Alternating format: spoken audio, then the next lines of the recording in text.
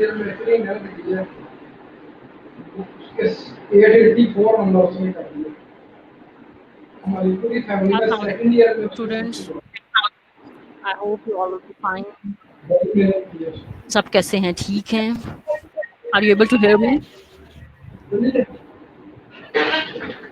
If you're able to hear me, please respond so that we may proceed towards the lecture.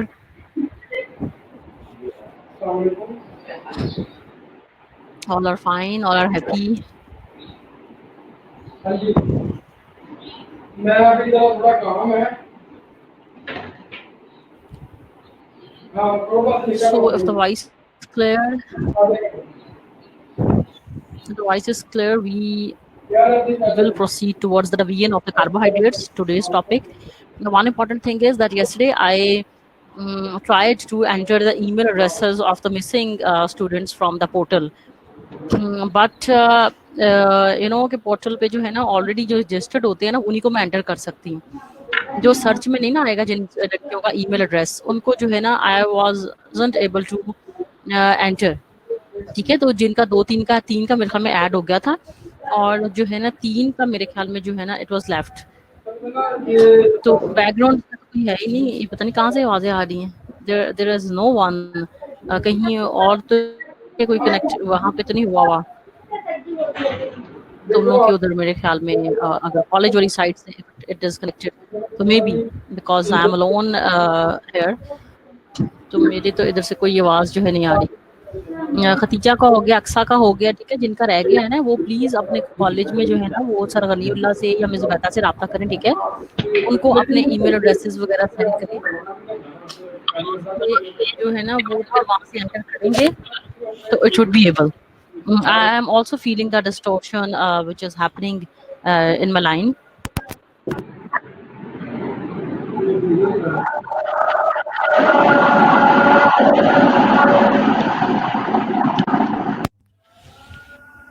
Okay, मेरे ख्याल में अब आवाज़ जो है ना वो नहीं आएगी बिकॉज वो कॉलेज से बेसिकली था ऑनलाइन, ठीक है।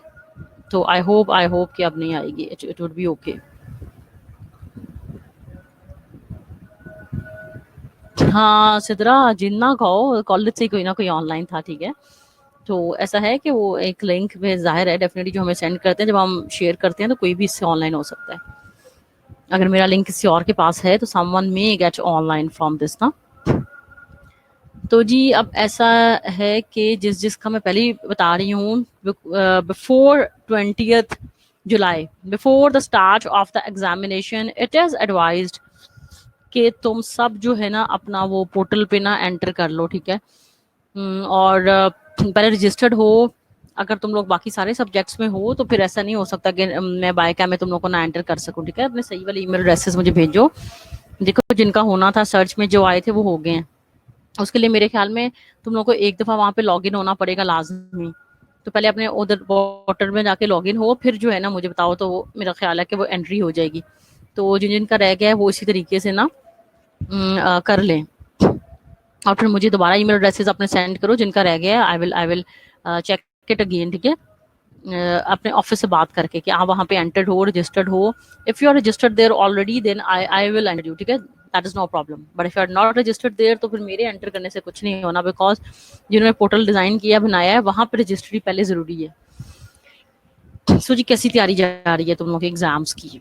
So we have, I think, in the syllabus we have only the 4 chapters, which is carbohydrates, proteins, lipids, and nucleic acids.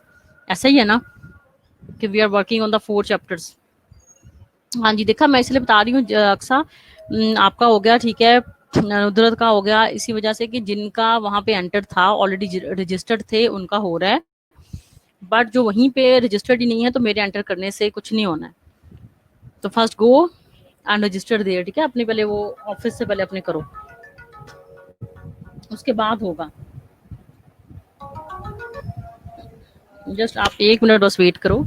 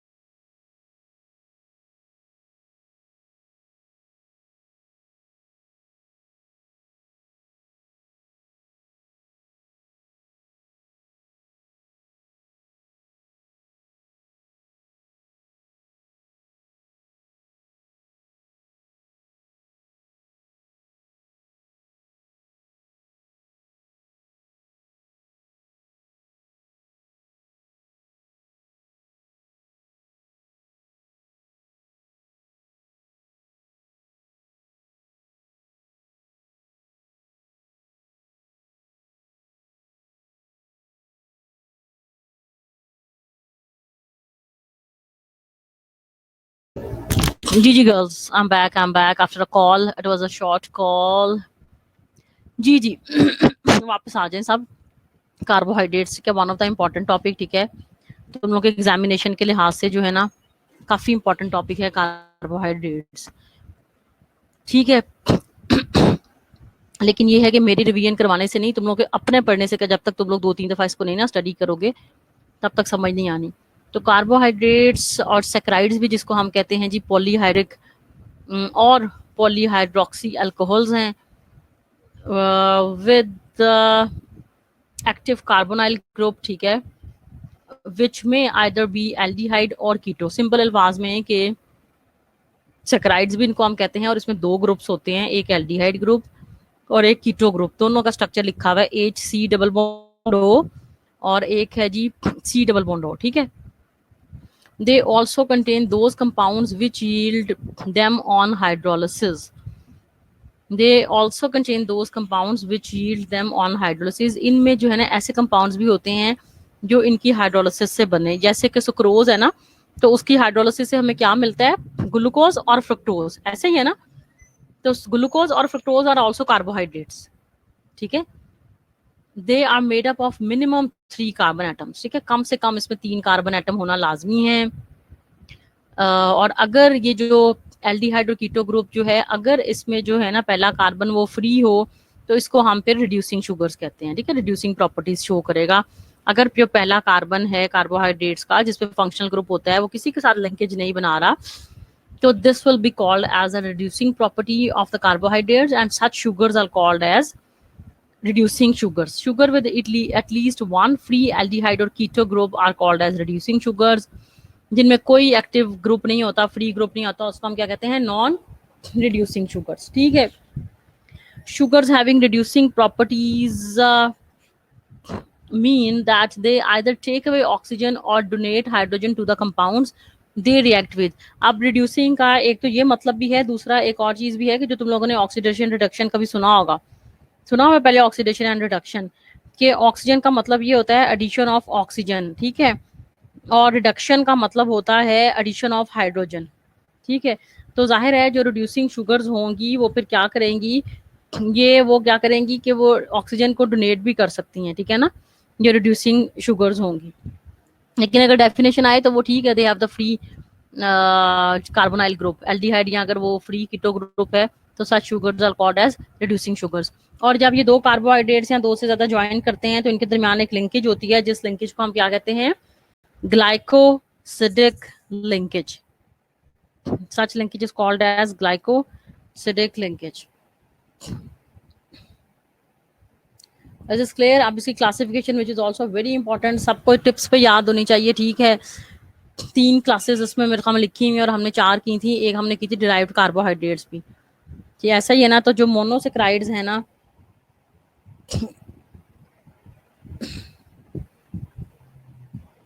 जो मोनोसेक्राइड्स हैं इनको हम सिंपलेस्ट कार्बोहाइड्रेट, सिंपलेस्ट शुगर्स भी कहते हैं, ठीक है। और क्योंकि ये फर्दर जो है ना इनकी हाइड्रोलिसिस नहीं हो सकती, फर्दर किसी और कार्बोहाइड्रेट में ये ब्रेक नहीं कर सकते। अगर तुम लोग इसको ब्रेक करोगे ना तो ये सिर्फ हमें क्या देगा, it will give us carbon, hydrogen and oxygen, ठीक है। तो मोनोसेक्राइड्स जो है ना ये these are the simplest carbohydrates, और इसमें एल्डिहाइड ग्रुप भी हो सकता है। अगर एल्डिहाइड ग्रुप होगा तो हम इसको क्या कहेंगे, एल्डोजेस, और अगर इसमें कीटो ग्रुप होगा तो हम इसे क्या कहेंगे, कीटोजेस, ठीक है। और एक और चीज जो है कि जितने मोनोसेक्राइड्स हैं ना से सिंपल, वो सारी रिड्यूसिंग शुगर्स हैं, यानी कि इनमें एक फ्री कार्बन है, ठीक है। They all are the basically reducing sugars.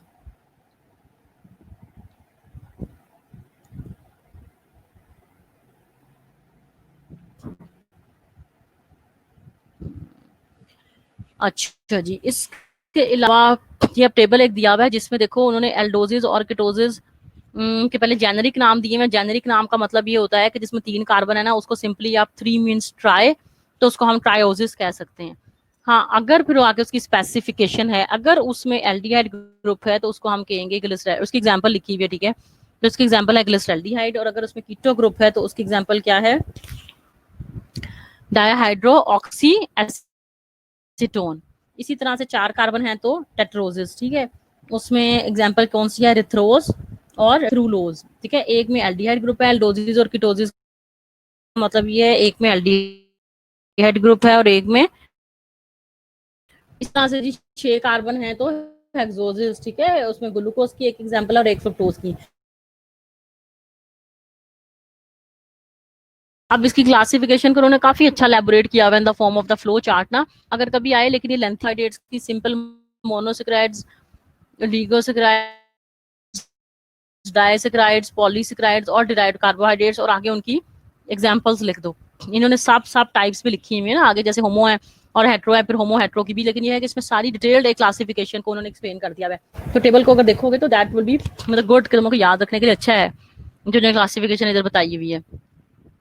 लेकिन नंबर्स के हिसाब से अगर सिर्फ आगे होमो और हेट्रो और एक एक एग्जांपल लिख दो, होमो पॉलीसेक्राइड में ग्लाइकोजिन, हेट्रो पॉलीसेक्राइड में हाइड्रोनिक एसिड, तो दैट इज इनफ, ठीक है। एक दो एग्जांपल्स भी याद रख लो तो दैट इज इनफ, कोई इतनी जरूरी नहीं है।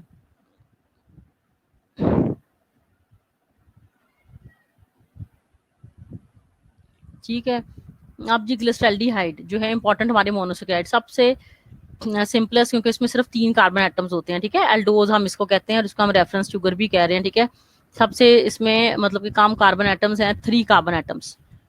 एमसीक्यू में आ सकता है कि जैसे शुगर जिसमें सबसे कम कार्बन एटम्स हैं, तो ये ग्लिसरॉल्डिहाइड है, ठीक है। और दूसरा जो है डाईहाइड्रो एसीटोन, क्योंकि वो कीटो ट्रायोज है, यानी कि इसी का ही आइसोमर समझ लो कि ग्लिसरॉल्डिहाइड का आइसोमर है डाईहाइड्रो एसीटोन। आइसोमर हुआ ना, आइसोमर याद है कि भूल गए हो?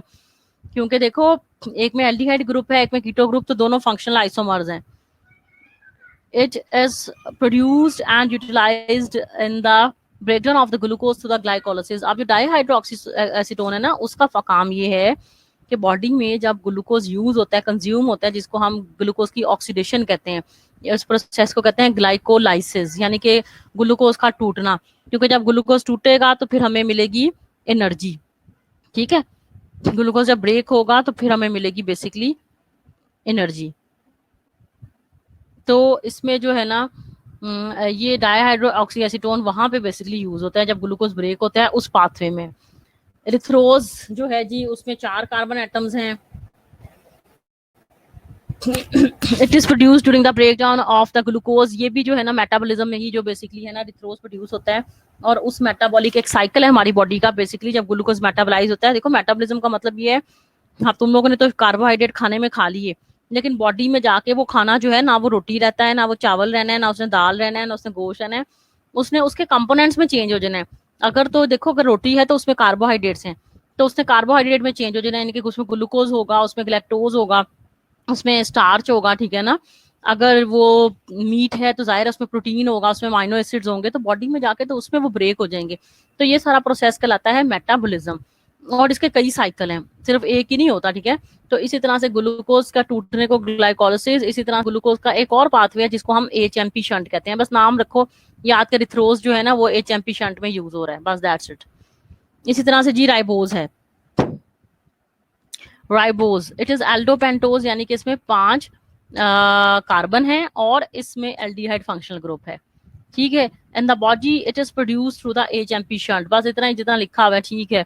बॉडी में एचएमपी शंट के थ्रू बनता है, और काम इसका ये है कि जो डीएनए और आरएनए है ना बेसिकली उसका मेजर कंपोनेंट है डीएनए और आरएनए का।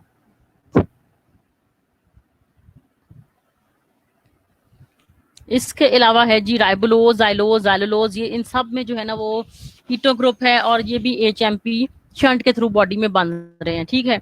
और ये है कि ये सारे जो है ना ग्लूकोज में इंटरचेंज हो जाते होते हैं, they can be change into glucose.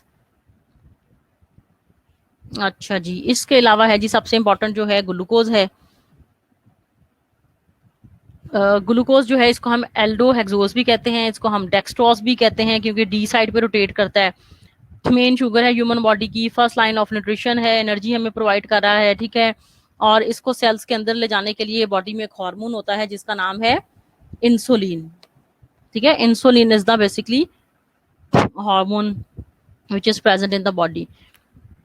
और इसके अलावा जो है जी ग्लूकोज के बारे में और क्या इंपॉर्टेंट चीजें हैं कि among all the carbohydrates brain utilises only glucose for its energy requirement. देखो जितने भी कार्बोहाइड्रेट्स है ना उसमें जो है ना ब्रेन जो है ना वो सबसे ज्यादा ग्लूकोज यूज करता है फॉर इट्स एनर्जी पर्पज, और ये वाहिद मेटाबोलाइट है जिसको ब्रेन भी और बाकी सारे ऑर्गन्स भी as the source of energy जो है ना वो बेसिकली यूटिलाइज कर रहे हैं, यूज कर रहे हैं। तो ये इसकी इंपॉर्टेंस को और बढ़ा देता है ग्लूकोज की। ठीक है, अगर ग्लूकोज का लेवल लो हो जाएगा तो उसको पता है, उसको हम क्या कहते हैं, हाइपोग्लाइसेमिया। अगर हाई हो जाएगा तो फिर हम उसको क्या कहेंगे, hyperglycaemia.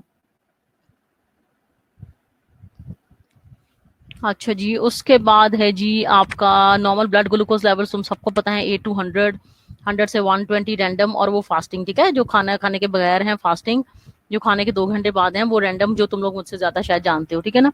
If glucose is in excess it is converted into glycogen which is stored in liver and muscles. अगर ये एक्सेस में होगा ग्लूकोज तो हमारी बॉडी में फिर ये ग्लाइकोजन में चेंज हो जाता है। ठीक है, स्टोर हो जाता है बेसिकली।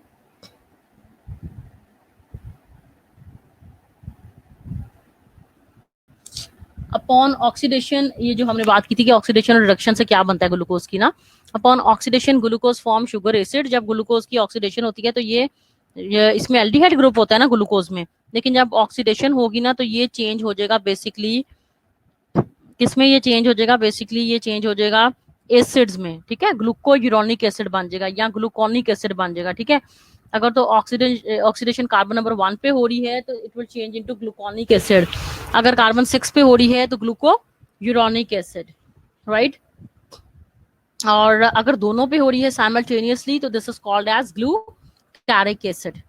इसी तरह से अगर रिडक्शन होती है ग्लूकोज की तो उससे बनता है अल्कोहल। एल्डिहाइड जो है ना वो अल्कोहल में चेंज हो जाता है। तो ग्लूकोज से जो अल्कोहल बनता है उसको हम कहते हैं सोर्बिटोल। इसी तरह से फ्रक्टोज से जो अल्कोहल बन रहा है उसको हम कहते हैं फ्रक्टिटोल।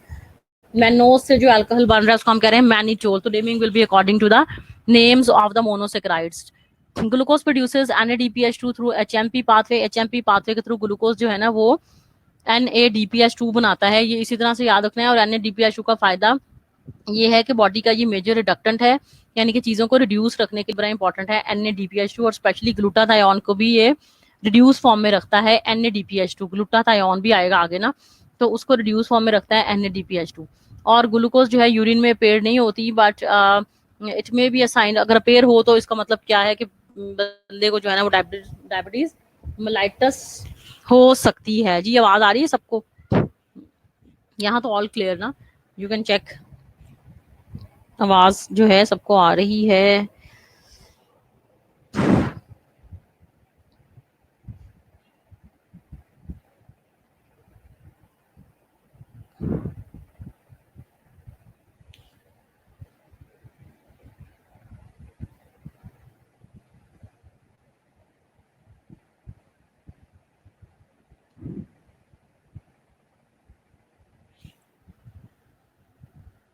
जी देखो, ग्लूटाथायोन का काम ग्लूकोज में कोई नहीं है। ग्लूटाथायोन तो एक प्रोटीन है ना बेसिकली।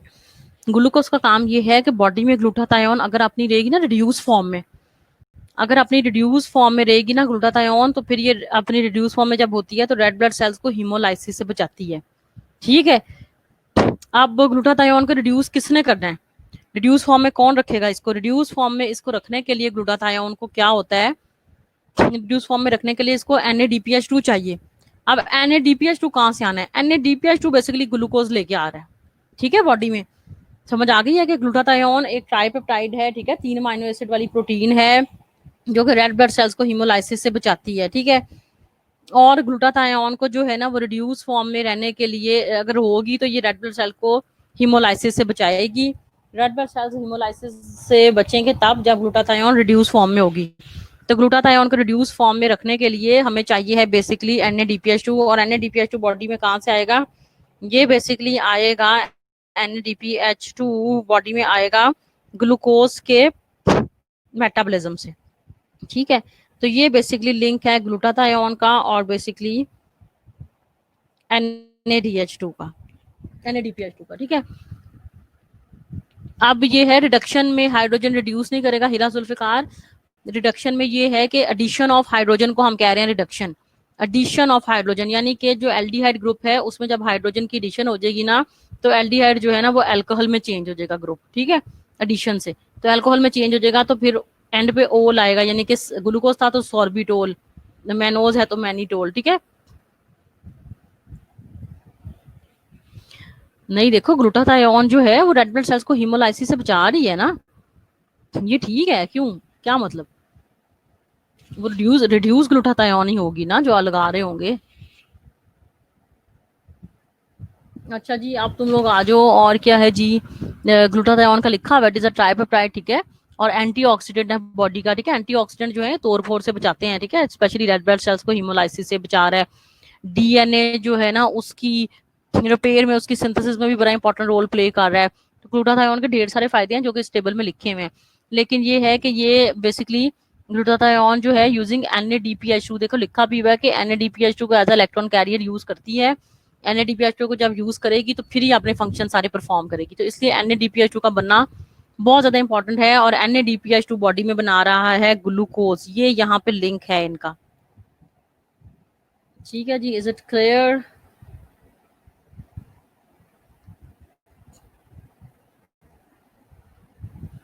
अब तुम लोग आ जाओ जी ग्लैक्टोज पे, ठीक है। जल्दी जल्दी इसको करें रिवाइज हम। इसमें 6 ग्लैक्टोज जो है एल्डिहाइड ग्रुप है और 6 कार्बन हैं। एपीमर है ग्लूकोज का, मिल्क शुगर में होता है, लैक्टोज का मेन कंपोनेंट है। इसके अलावा बॉडी जो है उसको जो है ना डिफरेंट ब्रेन के टिश्यूज बनाने के लिए यूज करती है। मेनोज में भी 6 कार्बन है, ठीक है। और ग्लूकोज में भी चेंज हो सकता है। रिडक्शन से मैनिटोल मिलता है इसकी, जो कि फिर एज अ डायूरेटिक यूज हो रहा है, ठीक है। डायूरेटिक्स तुम लोगों को पता है क्या होते हैं? पता है ना डायूरेटिक्स क्या होते हैं? बेसिकली जो कि यूरिन का आउटपुट क्या करते हैं, इंक्रीज करते हैं बेसिकली, ठीक है। तो ये है जी मेनोज का बेसिकली फायदा।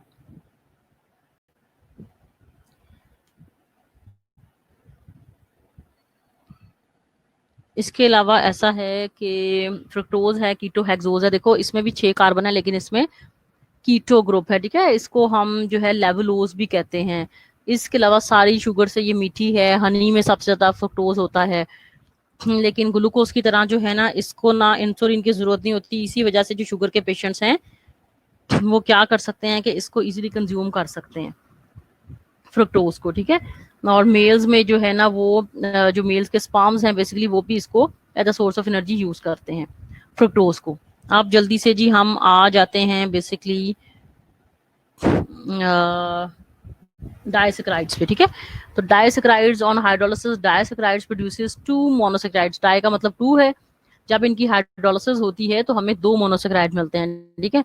जैसे कि लैक्टोज है, सुक्रोज है, माल्टोज है। माल्टोज की हाइड्रोलिसिस से हमें कौन से 2 मोनोसैकेराइड मिल रहे हैं? 2 ग्लूकोज। लैक्टोज की हाइड्रोलिसिस से हमें ग्लूकोज एंड ग्लूकोज लैक्टोज। और सक्रोज से हमें ग्लूकोज एंड फ्रक्टोज।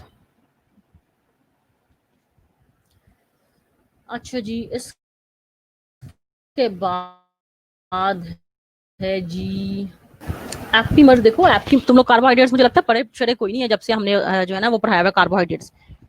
आगे अगर पढ़े होते हैं ना बेसिकली, अगर पढ़े होते तो पता होता कि एपीमर क्या है। एपीमर आइसोमरिज्म है ना, आइसोमर्स हैं, आगे आ रहे हैं एपीमर्स इसी चैप्टर में ना। तो उसमें जब आएंगे तो फिर हम इसको कर लेंगे कि एपीमर्स का बेसिकली मतलब जो है ना वो क्या है।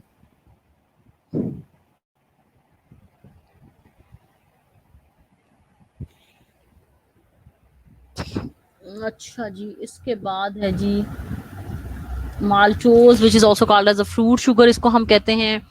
इसको डाइजेस्ट करने के लिए बॉडी में एंजाइम होते हैं, माइलेज, ठीक है। और जब माल्टोज डाइजेस्ट होती है यानी कि हाइड्रोलाइज होती है तो हमें 2 ग्लूकोज के मॉलिक्यूल्स मिलते हैं। ये याद रखना है कि माल्टोज किन 2 मोनोसैकेराइड से मिलकर बनी है। माल्टोज में जो ग्लूकोज और ग्लूकोज है उनके दरमियान लिंकेज कौन सी है? कौन सी लिंकेज है? 1,4 ग्लाइकोसिडिक लिंकेज, 1,4 ग्लाइकोसिडिक लिंकेज, ठीक है। तो ये याद रखना है, ठीक है हमने। और इनके दरमियान 1,4 ग्लाइकोसिडिक लिंकेज है। और माल्टोज जो है ना ये रिड्यूसिंग शुगर है, क्योंकि देखो एक जो शुगर है उसका कार्बन नंबर 1 और दूसरे का कार्बन नंबर 4 जो है वो बॉन्ड बना रहा है, यानी कि दूसरे का कार्बन नंबर 1 जो है ना वो फ्री है। तो इस वजह से जो है जी वो जो माल्टोज है ना that is called as the reducing sugar.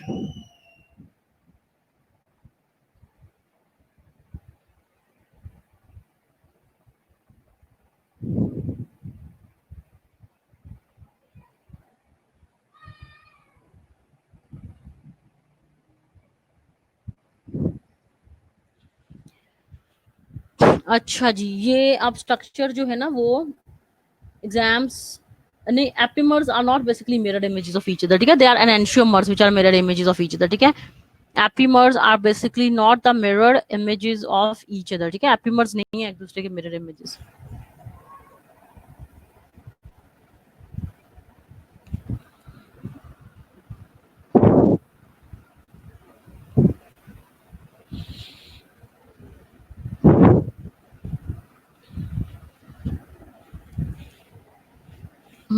इसके बाद है जी बेसिकली लैक्टोज।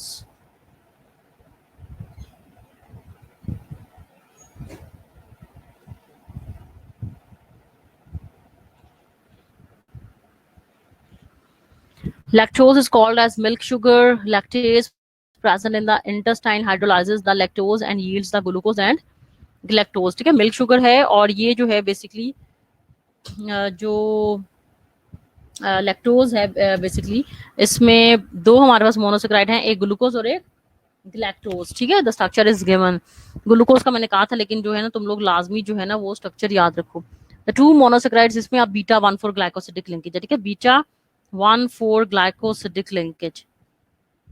तो ये जो है ना हमने बेसिकली जो है ना वो याद लाजमी रखनी है। बेसिकली जो ग्लाइकोसिडिक लिंकेज है या जो भी है, बीटा 1,4 है, अल्फा 1,4 है, all you have to basically remember.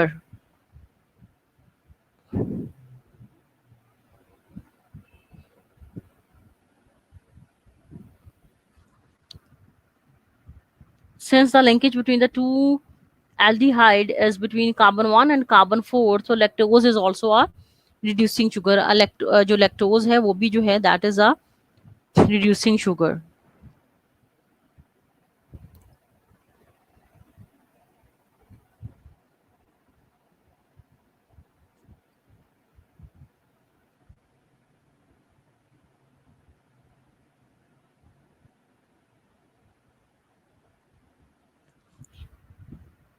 Bacteria can also ferment lactose to lactic acid। और इसके अलावा एक डिजीज से रिलेटेड जो हमने की थी, लैक्टोज इंटॉलरेंस। लैक्टोज इंटॉलरेंस याद होगा तुम सबको लैक्टोज इंटॉलरेंस के बारे में कि नहीं। जो लैक्टोज इंटॉलरेंस है basically, lactose intolerance is caused by the deficiency of the enzyme lactase. और इसके सिम्टम्स जो हैं वो हम करते हैं। सिर्फ 1 मिनट अगर तुम लोग होल्ड करो तो, सिर्फ 1 मिनट।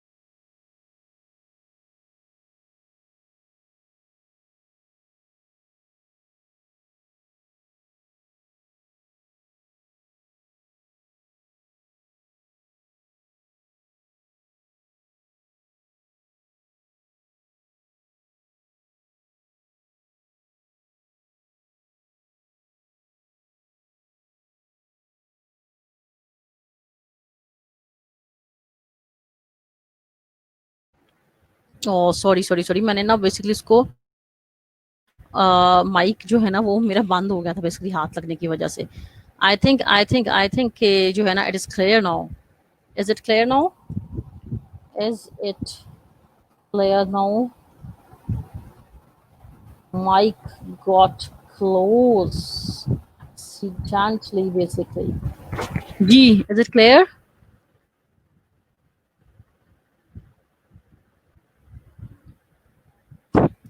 एक्चुअली बेसिकली हुआ क्या है कि जो मेरा माइक है ना वो असल में लैपटॉप है टच, तो स्क्रीन पे अगर हाथ लगाया तो वो कहीं मेरे ख्याल में वो माइक के बटन के साथ टच हो गया, तो वो मेरे ख्याल में ऑफ हो गया। ठीक है, स्क्रीन टच स्क्रीन है इसकी, तो वो जो है ना माइक मेरे से एक्सीडेंटली बेसिकली बंद हो गया था, sorry. And basically I am continuously speaking. अच्छा है तुम लोग कमेंट्स में देखती रहती हूँ, पता चल जाए, वरना मैंने तो बोलते रहना था ऐसे ही कि माइक मेरा बंद पड़ा हुआ है and I am continually talking talking and talking ना। तो जी थैंक यू फॉर टेलिंग। मैं तो इसलिए जो है ना उसको चेक ऊपर नीचे करती रहती हूँ, तो वो बेसिकली इस टच स्क्रीन के जहाँ फायदे हैं ना वहाँ नुकसान भी है। एनीवेज, अच्छा जी, सुक्रोज की हम बात कर रहे थे, मैं ये बता रही थी सुक्रोज का पेज मुझे लगता है इसमें मिस हो गया है तस्वीरों में कहीं खींचते हुए ना। तो सुक्रोज जो है ना वो है जी हमारी इनवर्ट शुगर, इसको हम टेबल शुगर भी कहते हैं एक चीज। दूसरी सेकेंड थिंग जो है वो ये है कि इसको टेबल शुगर भी कहते हैं, और प्लस ये जो है सुक्रोज इनवर्ट शुगर भी हम इसको कहते हैं, ग्लूकोज और फ्रक्टोज से मिलकर बनी है। ठीक है, और ये फिनोमेना ऑफ इन्वर्जन शो करती है, तुम लोग की बुक में लिखा होगा कि हाइड्रोलिसिस से पहले डेक्स्ट्रोरोटेटरी होती है, हाइड्रोलिसिस के बाद लेवोरोटेटरी हो जाती है due to presence of fructose, क्योंकि इसमें फ्रक्टोज प्रेजेंट होता है। ठीक है, तो ये जो डेक्स्ट्रो से लेवो और लेवो से डेक्स्ट्रो में जो चेंज होना है ना, इस वजह से इसको हम कहते हैं इन्वर्ट शुगर। क्वेश्चन आ सकता है fructose is called as invert sugar. ठीक है, तो ये है बेसिकली सुक्रोज के बारे में। ठीक है, और कुछ अगर इसकी इंपॉर्टेंस लिखी हो, लेकिन इस टाइम तो मेरे सामने ये नहीं है बेसिकली ना सुक्रोज वाला। इसके बाद हमारे पास है बेसिकली जो है ना ओलिगोसैकेराइड्स का कुछ नहीं लिखा हुआ था, मुझे याद है तुम्हारी किताब में, लेकिन मैंने वैसे बताया था कि ऐसे कार्बोहाइड्रेट्स इसमें 3 या 4 या 5 या 10 तक अगर किसी में मोनोसेक्राइड्स हों उसको हम कहते हैं ओलिगोसेक्राइड्स। और उसकी एक एग्जांपल मैं तुम लोगों को बताई थी, raffinose. Raffinose is the example of oligosaccharide. ठीक है, इसमें 3 मोनोसेक्राइड प्रेजेंट होते हैं। इसके बाद है हमारा बेसिकली टॉपिक पॉलीसेक्राइड्स का ना। तो पॉलीसेक्राइड्स हमारे पास 2 टाइप्स के हैं, एक है होमोपॉलीसेक्राइड और दूसरा है हेट्रो पॉलीसेक्राइड। ठीक है, तो होमोपॉलीसेक्राइड मींस कि they are made up of the same kind of the monosaccharides, and heteropolysaccharide means they are made up of different kinds of basically monosaccharide units. तो होमोपॉलीसेक्राइड की जो एग्जांपल्स हैं, स्टार्च, ग्लाइकोजिन, डेक्सट्रिन, सेलुलोज। और जो हेट्रोपॉलीसेक्राइड है उसमें hyaluronic acid है, mucopolysaccharide है, म्यूसिलेजेस हैं, एगर है, वेजिटेबल गम्स है, हेमीसेलुलोज है। ठीक है, ये सारी एग्जांपल्स हैं। अब स्टार्च और ग्लाइकोजिन में फर्क भी लिखा हुआ है कि स्टार्च जो है होमोपॉलीसेक्राइड है, ग्लाइकोजिन भी होमोपॉलीसेक्राइड है, लेकिन जो स्टार्च है ना वो प्लांट ओरिजिन है और जो ग्लाइकोजिन है वो एनिमल ओरिजिन है। अब जो स्टार्च है बेसिकली उसमें स्ट्रेट चेन स्ट्रक्चर भी है, ठीक है, और 1,4 लिंकेज भी है और 1,6 लिंकेज भी है। 1,6 का लिंकेज का मतलब क्या है कि एक तो है स्ट्रेट स्ट्रक्चर और दूसरा ये है कि स्ट्रेट स्ट्रक्चर में अगर ब्रांचेस आ जाएं तो इसको हम कहते हैं जी ब्रांच स्ट्रक्चर। तो स्टार्च और ग्लाइकोजिन में दोनों तरह के स्ट्रक्चर है, यानी कि दोनों में स्ट्रेट चेन्स भी हैं ग्लूकोज की, और दोनों जो हैं वो बेसिकली ब्रांचेस भी बना रहे हैं। तो जहां पे ब्रांच होगी ना किसी भी कार्बोहाइड्रेट में, वहां पे लिंकेज होगी 1,6। whenever there is a branch there will be linkage which is called as glycosidic 1,6 linkage, और जो लीनियर स्ट्रक्चर होगा ना उसको हम कहते हैं 1,4 ग्लाइकोसिडिक लिंकेज। ठीक है, तो ये बेसिकली है दोनों में 1,4 और 1,6 लिंकेज है, लेकिन फर्क ये है कि जो स्टार्च है ना उसमें ब्रांचेस आती हैं 24 से 30 ग्लूकोज के यूनिट्स जब अटैच हो जाते हैं, लेकिन जो ग्लाइकोजिन है ना उसमें ब्रांचेस आती हैं जब 12 से 18 यूनिट्स अटैच हो जाते हैं। ठीक है, इसके अलावा जो है ना स्टार्च आयोडीन के साथ ब्लू कलर देती है, और जो है ग्लाइकोजिन वो रेड कलर देती है आयोडीन के साथ। ठीक है, ये एमसीक्यू में आ सकता है कि which colour starch gives with iodine, which colour glycogen gives with iodine. ठीक है, ये अब याद रखना तुम लोगों का बेसिकली काम है। अब जी इसके बाद क्या है कि मेरे ख्याल में ये हमारे पास स्टार्च और ग्लाइकोजन वाला पेज भी मिसिंग है, कुछ होमोपोलिसैकेराइड्स वाला ना मिसिंग है, तो कोई नहीं, तुम लोग तब तक पढ़ लेना खुद ही। लेकिन मैं बता दूं कि जो स्टार्च है वो डिफरेंस हमने पढ़ ली है, ठीक है।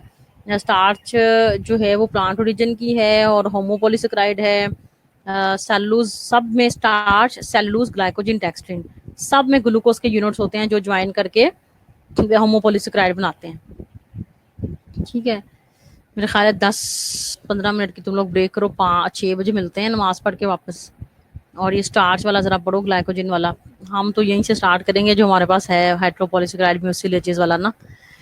तो हम फिर इसको जी रिवाइज करते हैं, ठीक है जी। बिल्कुल, नमाज नमाज ब्रेक हम कर लें।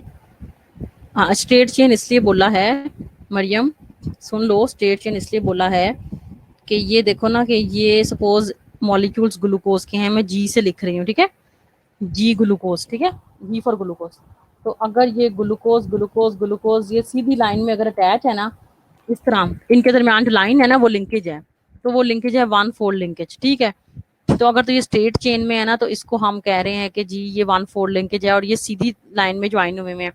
ब्रांचेस का मतलब जो ट्री लाइक अगर इसका स्ट्रक्चर बन जाए कि जी जी सीधे ज्वाइन हुए ना, अगर ये ऊपर भी इसके शाख एक निकला है, नीचे भी एक शाख निकल आए और ट्री लाइक स्ट्रक्चर शो करे और फिर ग्लूकोज के यूनिट ज्वाइन हो, तो उसको हम कहते हैं ब्रांच लाइक स्ट्रक्चर। तो इनका बेसिकली स्ट्रेट और ब्रांच दोनों तरह का स्ट्रक्चर होता है। जो स्ट्रेट चेन होती है ना उसमें जो लिंकेज होती है 1-4, और जो ब्रांच होती है ना उसमें लिंकेज आएगी 1-6, ठीक है। ये है ना, तो इससे एक ये जैसे दो ब्रांचेस ये निकल गई, ठीक है। तो इनके दरमियान, ब्रांचेस के दरमियान भी लिंकेज होगी ना, बॉन्ड होगी, तभी तो ब्रांचेस आपस में ज्वाइन होंगी। तो ब्रांच के दरमियान जो लिंकेज होगी, या स्ट्रेट चेन से जो ब्रांच बन रही है ना, ये सीधी चेन और इसके ऊपर ये जो ब्रांच आ गई, अब इनके दरमियान लिंकेज होगी 1-6 लिंकेज। और अगर ये सिंपल स्ट्रेटली अगर ज्वाइन किए जा रहे हैं तो that is alpha 4 linkage. Is clear? ठीक है, जिसके बाद हम नमाज ब्रेक करते हैं, फिर मिलते हैं इंशाल्लाह।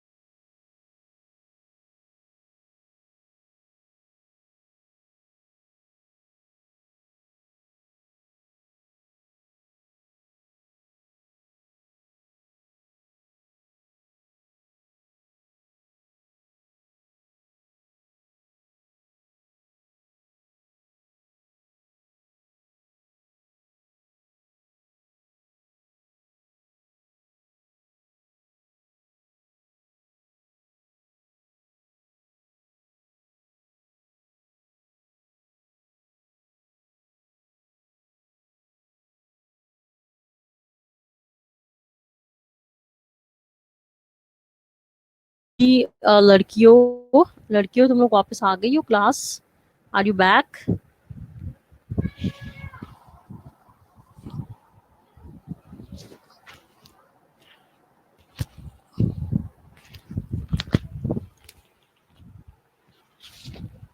Class, are you back girls?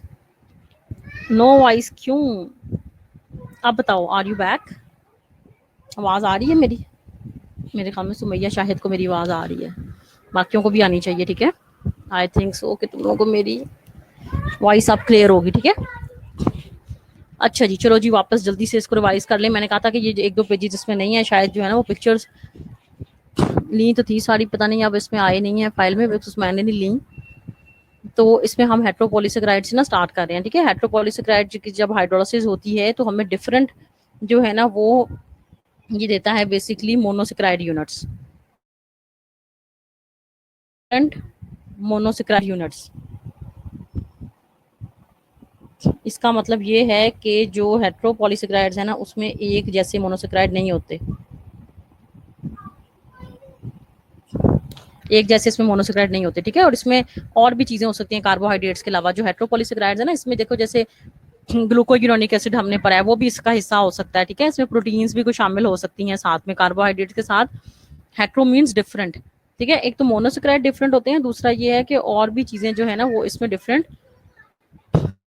हो सकती हैं हेट्रोपॉलीसेकेराइड्स में।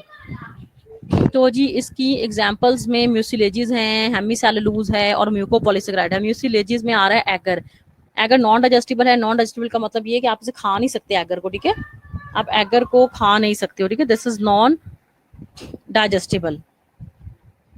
लेकिन ये है कि बैक्टीरिया कल्चरिंग वगैरह में ना माइक्रोबायोलॉजी में ज्यादा यूज होता है। अगर खाओगे ना तो एज अ लैक्सेटिव, मेडिसिन में एज अ लैक्सेटिव के तौर पे ये यूज हो रहा होता है। वेजिटेबल गम्स भी फार्मास्यूटिकली यूज हो रही हैं एडहेसिव्स के तौर पे। कन्फेक्शनरी का मतलब ये है यानी कि बेकरी आइटम्स के तौर पे जो है ना ये यूज हो रही हैं, बेकरी आइटम्स के तौर पे वेजिटेबल गम्स।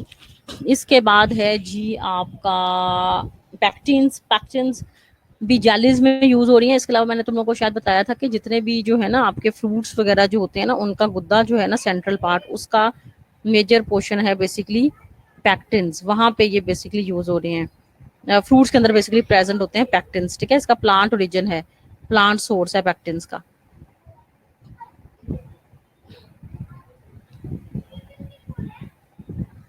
अच्छा जी, इसके अलावा है हेमीसेलुलोज जो है प्लांट ओरिजिन है लेकिन ज्यादा इंपॉर्टेंट नहीं है। म्यूकोपॉलीसेकेराइड्स जो हैं जी दे आर हेट्रोपॉलीसेकेराइड्स, ठीक है? They are acid containing carbohydrates, जैसे कि हाइड्रोनिक एसिड हो गया, ठीक है? कॉन्ड्राइटन सल्फेट हो गया।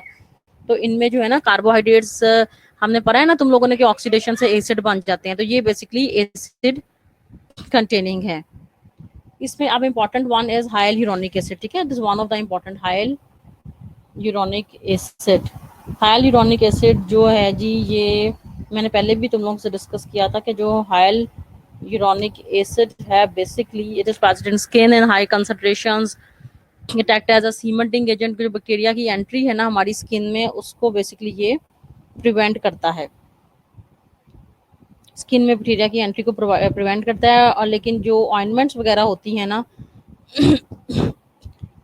वो उनमें जो है ना इसका एंजाइम होता है हाइलुरोनिडेज, ठीक है? वो एंजाइम लाजमी होगा तो फिर ऑइंटमेंट्स जो है ना डीपली स्किन में पेनिट्रेट कर सकेंगी, वरना स्किन में आपकी हाइलुरोनिक एसिड प्रेजेंट है तो वो जो है ना जो भी ऑइंटमेंट है जैसे पॉलीफेक्स है या कोई भी क्रीम है वो पेनिट्रेट नहीं कर सकेगी स्किन के अंदर ना।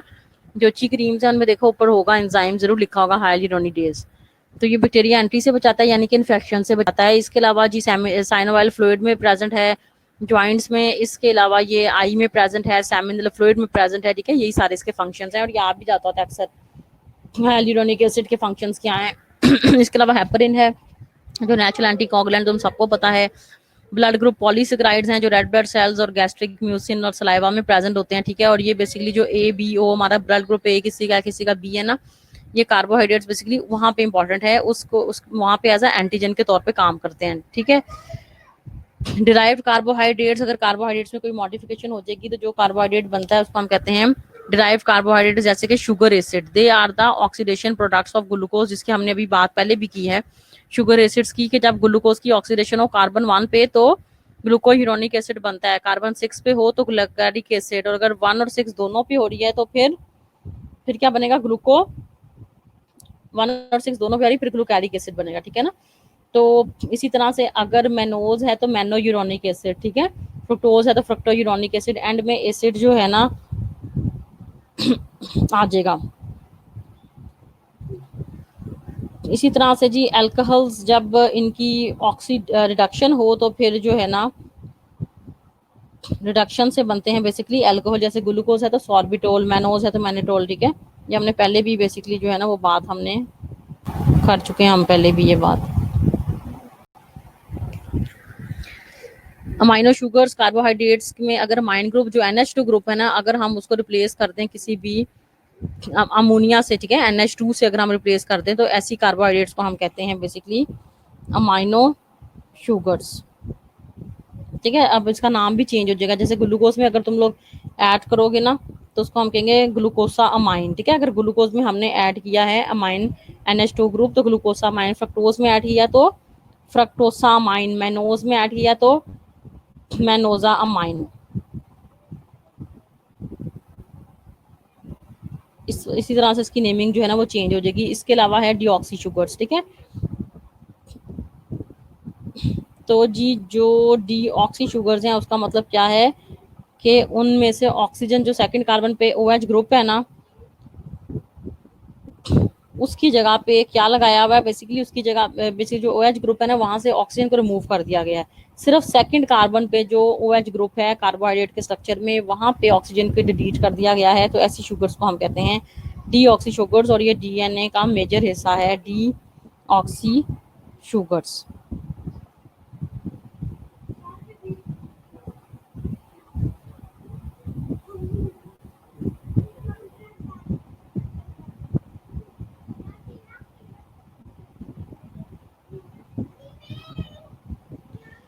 इसके बाद जी कॉन्जुगेटेड शुगर का मतलब ये है अगर कार्बोहाइड्रेट्स के साथ कोई और भी ग्रुप अटैच है, यानी कि प्रोटीन्स हैं, या अगर इसके साथ जो है ना वो कार्बोहाइड्रेट्स के साथ जो है लिपिड्स वगैरह अटैच है ना, तो ऐसी शुगर्स को हम कह रहे हैं कॉन्जुगेटेड शुगर। यानी कि एक तो कार्बोहाइड्रेट है और साथ में दूसरा जो है ना एक कंपाउंड प्रेजेंट है। Such sugars are basically called as such sugars are called as conjugated sugars. अब एसिमेट्रिक कार्बन, ऐसा कार्बन जो कि एक ही टाइम पे 4 डिफरेंट ग्रुप्स के साथ अगर बॉन्ड बना रहा है। सर मैंने आपको सेंड कर दिया व्हाट्सएप पे,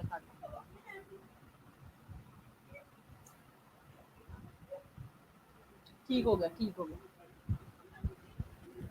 चलो ठीक हो गया, ओके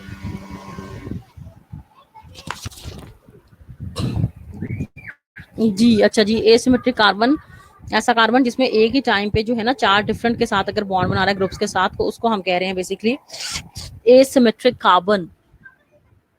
और ये बेसिकली ना आइसोमर्स बनाने के लिए बड़े इंपॉर्टेंट है, ठीक है। वही कंपाउंड आइसोमर्स बनाते हैं जिनमें एसिमेट्रिक कार्बन प्रेजेंट होता है, ठीक है। और उतने ही आइसोमर्स बनते हैं जितने उसमें एसिमेट्रिक कार्बन प्रेजेंट होते हैं। अब ये जो कहानी लिखी हुई है ना 2⁴ 16 आइसोमर और 2⁴ ये जो है 32 आइसोमर, ठीक है। ये जो 2⁴ लिखा हुआ है ना ये है बेसिकली फॉर्मूला है। 2 तो लगना है फॉर्मूला में, जो 4 है ना इसका मतलब है कि 4 एसिमेट्रिक कार्बन है ग्लूकोज के स्ट्रक्चर में। अगर तुम लोग ग्लूकोज का चेन स्ट्रक्चर जो ड्रॉ किया हुआ है ना इस BC पेज पे, इसमें देखो तो इसमें जो है ना वो 4 एसिमेट्रिक कार्बन है। उसका मतलब ये है कि ग्लूकोज जो है ना उसमें 4 ऐसे कार्बन हैं कि जो कि 4 डिफरेंट ग्रुप्स के साथ अटैच हैं, ठीक है। तो इस वजह से जी ये वाली कहानी लिखी हुई है एसिमेट्रिक कार्बन। ये याद रखना है कि ग्लूकोज में 4 एसिमेट्रिक कार्बन है, ये याद रख लो। ग्लूकोज हैज 4 एसिमेट्रिक कार्बन, तो इसके जो आइसोमर्स बनेंगे ना वो बनेंगे 16, बस दैट इज इट। अब एपीमर्स में आ जाओ। एपीमर्स जो है ना they different in the position of the hydroxyl group only 1 asymmetric carbon. जो ग्लूकोज एपीमर का मतलब ये है कि 2 ऐसे कंपाउंड, एक ग्लूकोज और एक फ्रुक्टोज हो जाए, एक ग्लूकोज और एक लैक्टोज हो जाए, 2 ऐसे कंपाउंड्स जो कि जिनका सारा स्ट्रक्चर जो है सेम है लेकिन सिर्फ एक कार्बन पे ना उनकी हाइड्रोजन और हाइड्रोक्सिल की पोजीशन जो है ना फर्क हो, उनको हम कहते हैं एपीमर्स। अब ग्लूकोज और फ्रक्टोज एक दूसरे के एपीमर्स नहीं है। ग्लूकोज और galactose, glucose and galactose are epimers of each other. इसी तरह ग्लूकोज और जो मैनोज है ना वो एपिमर्स हैं एक दूसरे के। एग्जांपल इसमें लिखी हुई है, glucose and galactose are epimers of each other at carbon number 4, और राइबोलोज एंड दूसरा कौन सा लिखा हुआ है, राइबोलोज और दूसरे पता नहीं कौन सा लिखा है जो पता नहीं मेरे से जा रहा, वो भी एपिमर्स है मेरे ख्याल में, रिथ्रोलोज है। They are epimers of each other at carbon number 3। ठीक है, तो ये एग्जांपल तुम लोगों ने जो लिखी है वो याद कर लो। एंशियोमर्स जो हैं they are the mirror images of each other. ठीक है, और ऑप्टिकल आइसोमर्स का मतलब ये है, मिरर इमेजेस का मतलब ये है कि सारा स्ट्रक्चर सेम है लेकिन जो हाइड्रोजन और हाइड्रोक्सिल है ना वो एक दूसरे के ऑपोजिट होंगे। और सेकंड लास्ट कार्बन पे मैंने बताया भी था अगर याद हो। हाँ, अब तुम लोग आ जाओ ऑप्टिकल आइसोमर्स पे। जो ऑप्टिकल आइसोमर्स है ना, इसका मतलब ये है कि जब कार्बोहाइड्रेट्स में से हम प्लेन पोलराइज लाइट पास करते हैं तो इसकी एबिलिटी है कि लाइट को लेफ्ट या राइट साइड पे रोटेट कर दे। ठीक है, तो अगर ये लेफ्ट साइड पे रोटेट कर रही है तो इसको कहते हैं लेबोरोटेटरी, अगर राइट साइड पे रोटेट करते हैं तो इसको कहते हैं डेक्स्ट्रोरोटेट। तो इसको हम स्मॉल डी और स्मॉल एल से रिप्रेजेंट करते हैं। ठीक है, small D and small L. ठीक है, और ये हैं ऑप्टिकल आइसोमर्स। ठीक है, ऑप्टिकल शुगर्स भी इनको हम कहते हैं। अब जो कैपिटल में लिखा हुआ है ना डी एंड एल शुगर्स, ये हैं basically इनएंशियोमर्स। Enantiomers, which are the mirror images of each other. The position of the asymmetric carbon atom farthest from the aldehyde, सबसे दूर जो aldehyde से हो। aldehyde कहाँ पे होगा, पहला कार्बन जिसमें फंक्शनल ग्रुप aldehyde है। ठीक है, तो पहले कार्बन से आपने देखना है जो सबसे दूर हो उस पर हमने पोजीशन देखनी है हाइड्रोजन और हाइड्रोक्सिल की। तो हम एंड वाला नहीं देखते, हम इसमें ना रेफरेंस लेते हैं सेकंड लास्ट कार्बन को। ठीक है, शुरू से क्राइटेरिया सेट हुआ है कि आप सिंपली लिख सकते हो कि कार्बोहाइड्रेट्स में जो सेकंड लास्ट कार्बन है ना उस पे जो है ना अगर हाइड्रोक्सिल ग्रुप राइट साइड पे है तो उसको हम कहते हैं कैपिटल डी शुगर, अगर लेफ्ट साइड पे है तो उसको हम कहते हैं कैपिटल एल शुगर। समझ आ गई है कि जो एनेंशियोमर्स है ना उसमें आपने देखना है जो पांचवा कार्बन यानी कि कार्बोहाइड्रेट्स में जो कार्बन नंबर जो बेसिकली 5 है ना, सेकंड लास्ट कार्बन कह दो, कार्बन 5 हो आप, क्योंकि एक में कार्बन 5 अगर हम कहेंगे ना तो वो सब में अगर किसी में 3 कार्बन है तो उसमें हम कार्बन 5 कहाँ से लाएंगे। ठीक है, तो जो कार्बन नंबर आप कह दो सेकंड लास्ट कार्बन पे हमने पोजीशन देखनी है हाइड्रोजन और हाइड्रोक्सिल की। अगर हाइड्रोक्सिल ग्रुप राइट साइड पे है तो डी ग्लूकोज, अगर लेफ्ट साइड पे है तो कैपिटल एल ग्लूकोज। इसके बाद है racemic mixture when equal amounts of, इसमें सिंपली ये है कि अगर लेबोरेटरी वाली शुगर और डेक्स्ट्रो वाली शुगर तुम लोगों ने मिक्स कर दी है ना तो फिर कंपाउंड जो है ना किसी भी साइड पे जो है ना रोटेट नहीं कर सकेगा खुद को। ठीक है, एक डी और एक एल, यानी कि प्लस और माइनस, डी को हम प्लस से भी रिप्रेजेंट करते हैं और एल को हम माइनस से। तो डी और एल जो है ना वो एक दूसरे के इफेक्ट को कर देंगे बेसिकली, क्या कर देंगे, कैंसर। ठीक है, डी एंड बेसिकली दूसरे के इफेक्ट को कर देंगे कैंसल। तो इस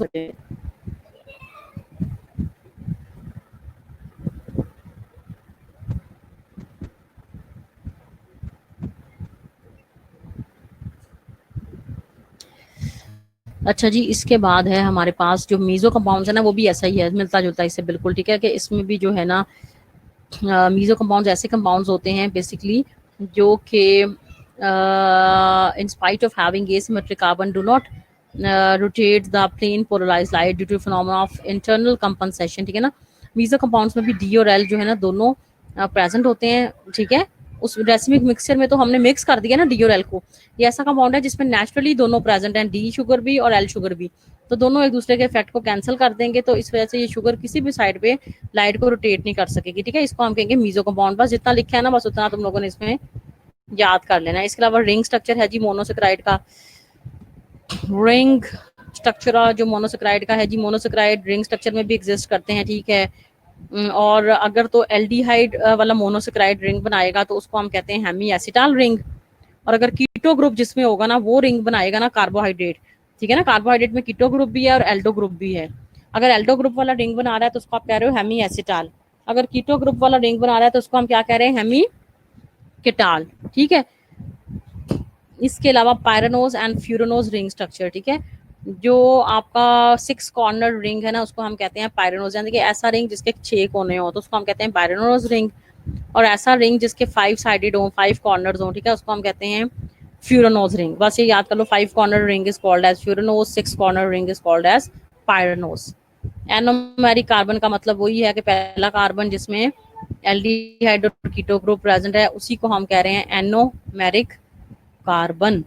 इसके बाद जी mutarotation, it is a process, ये सिंपली मैं तुम लोग को बता दूं, the rotation the conversion of the glucose from the straight chain structure into ring structure. Chain से जब रिंग में चेंज हो जाता है ना ग्लूकोज, इसको हम कहते हैं म्यूटा रोटेशन। ठीक है, change from the straight chain structure to the ring structure is called as mutarotation, बस सिंपली। ठीक है, कार्बोहाइड्रेट्स में जो है ना ग्लूकोज जब अपनी चेन स्ट्रक्चर से रिंग में चेंज हो रहा है तो इसको हम कह रहे हैं म्यूटा रोटेशन। और ग्लाइकोसिडिक लिंकेज जल्दी से हम कर लें कि when the hydroxyl groups on the anomeric carbon of one, हम सबको पता है कि एक मोनोसैकेराइड जब दूसरे से रिएक्ट करता है, ठीक है, तो उनके दरमियान जो लिंकेज होती है इसको हम कह रहे हैं ग्लाइकोसिडिक लिंकेज। बहुत बार पढ़ लिया ये। और ग्लाइकोसाइड्स जो हैं, हाँ ये इंपॉर्टेंट है, ग्लाइकोसाइड्स देखो अक्सर जो लोगों को समझ भी नहीं आती हो ना, they are the compounds in which the monosaccharide such as glucose is attached to the anomeric carbon to an alcohol residue of the non carbohydrate substance। मैं आसान लफ्जों में तुम लोगों को बता दूं कि ग्लाइकोसाइड्स कौन से कंपाउंड होते हैं। ठीक है, तो ग्लाइकोसाइड्स ऐसे कंपाउंड हैं कि जब ये मोनोसेक्राइड जो है, जब ये कार्बोहाइड्रेट किसी नॉन कार्बोहाइड्रेट के साथ अटैच करता है, ठीक है, और वो नॉन कार्बोहाइड्रेट ऐसा हो जिसमें अल्कोहल ग्रुप भी हो।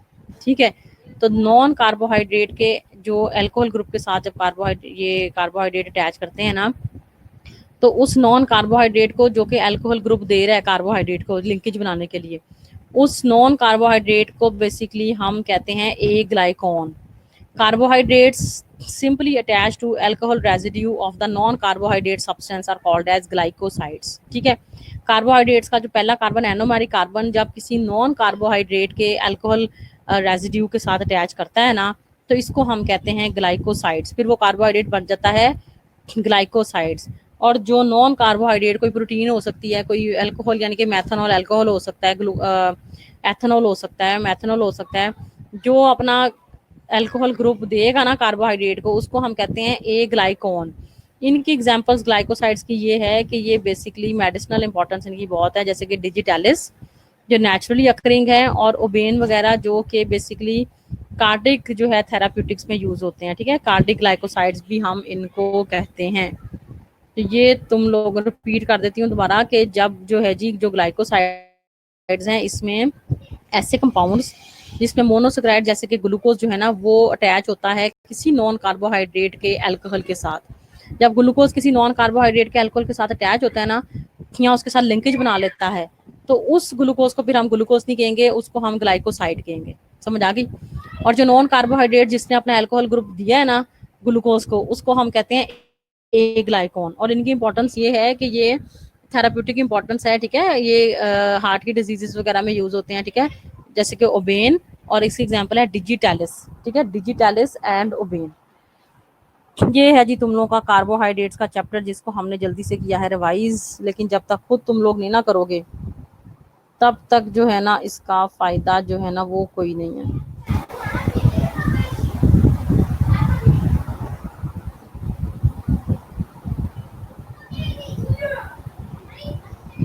ठीक है, तो कोई क्वेश्चन है तुम लोग आराम से जो है ना टाइम है पूछ सकते हो मेरे से। Questions are welcome.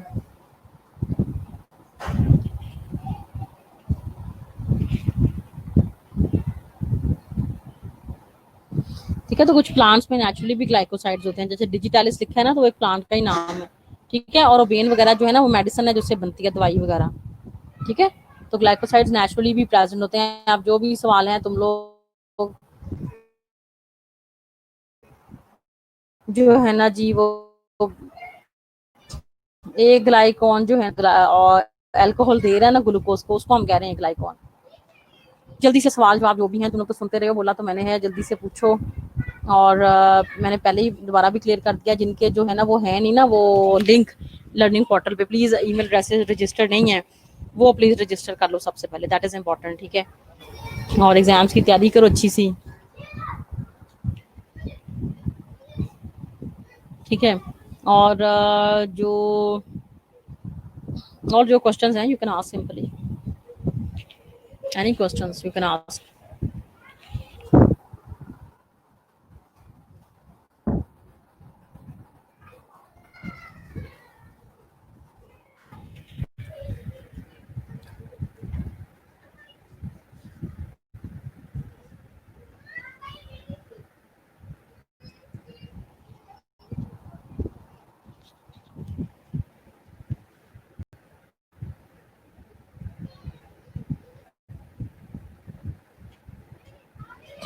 Any questions you can simply ask anytime.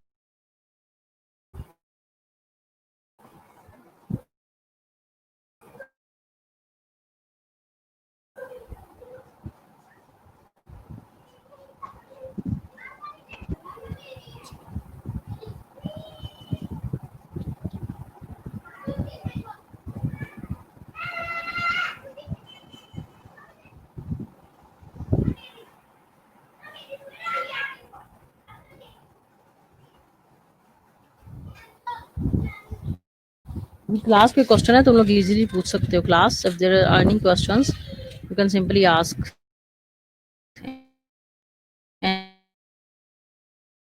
Any questions? Your questions are welcome.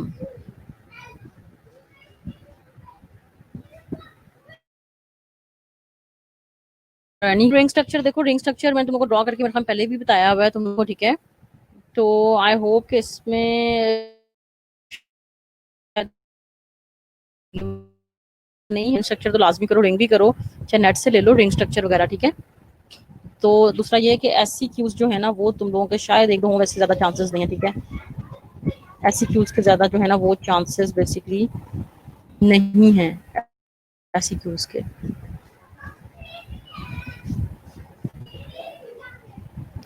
SC cues के ज़्यादा चांसेस नहीं है, बट एमसी क्यूज तुम लोग को इसी में से आएंगे ना. जब तुम लोग जब तक करोगे नहीं तो एमसीक्यूज कैसे करोगे, ठीक है. तो एमसीक्यूज आर इम्पोर्टेंट.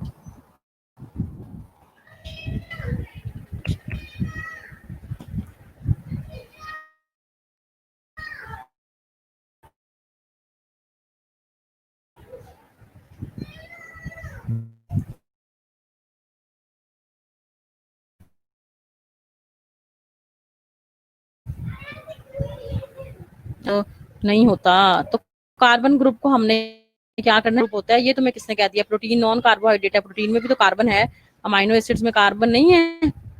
तैयारी कोई नहीं है तुम लोगों की, मुझे ये बताओ लिपिड्स में कार्बन नहीं है. कार्बोहाइड्रेट का मतलब ये थोड़ी है कि उसमें कार्बन है. कार्बन तो जो है वो लिपिड्स में भी है. लिपिड्स तुम लोगों ने नहीं पढ़ा, प्रोटीन्स में भी है, अमाइनो एसिड्स में कार्बन, विटामिन में भी है कार्बन. कार्बोहाइड्रेट का मतलब ये नहीं, कार्बोहाइड्रेट में कार्बन, हाइड्रोजन, ऑक्सीजन तीनों चीजें होती हैं और साथ में एल्डिहाइड और ग्रुप होता है, ठीक है. तो ये नहीं है कि नॉन कार्बोहाइड्रेट में कार्बन नहीं होता. दूसरा ये कि नॉन कार्बोहाइड्रेट हमें वो चाहिए जो हमें अल्कोहल ग्रुप दे सके, कार्बन नहीं हमने उससे लेना, ठीक है. अल्कोहल ग्रुप ग्लूकोज के साथ अटैच करेगा, तो ऐसे ग्लूकोज जिसमें अल्कोहल ग्रुप अटैच हो किसी नॉन कार्बोहाइड्रेट का, उसको हम कहते हैं जी ग्लाइकोसाइड्स, ठीक है. नेचुरली भी एग्जिस्ट करते हैं प्लांट्स वगैरह जिनमें ग्लाइकोसाइड्स होते हैं, ठीक है.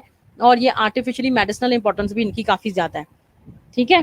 तो ये नहीं कहना कि नॉन कार्बोहाइड्रेट्स में कार्बन ग्रुप नहीं होता, कार्बन होता है उनमें, ठीक है. ऐसा नहीं है कोई. प्रोटीन्स कार्बोहाइड्रेट्स जी ना सारे जो है ना ये तुम लोग तैयार करो basically, proteins carbohydrates.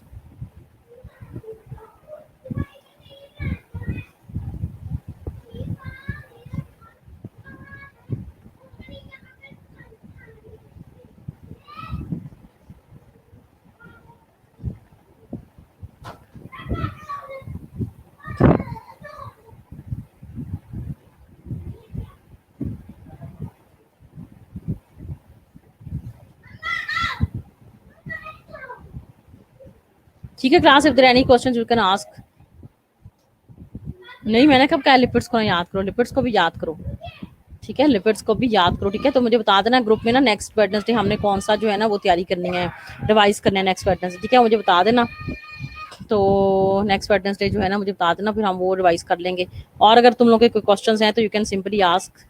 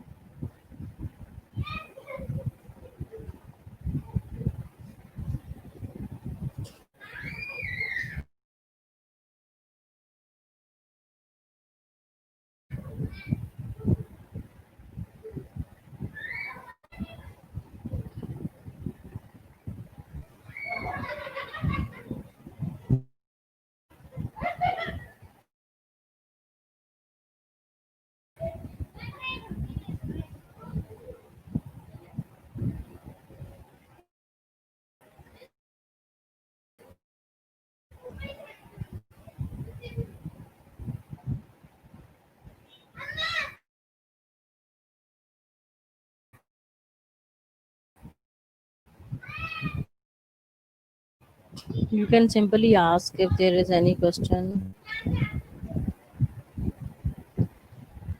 If there is any question, you can simply ask.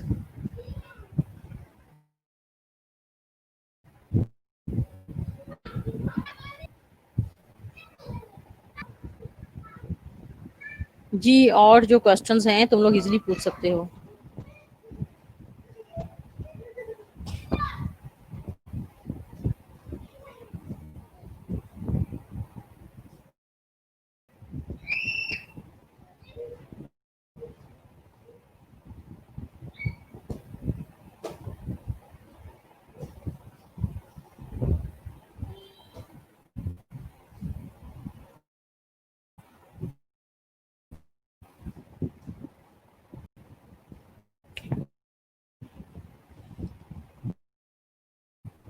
जी, फिर मिलते हैं जी नेक्स्ट इंशाल्लाह वेडनेसडे.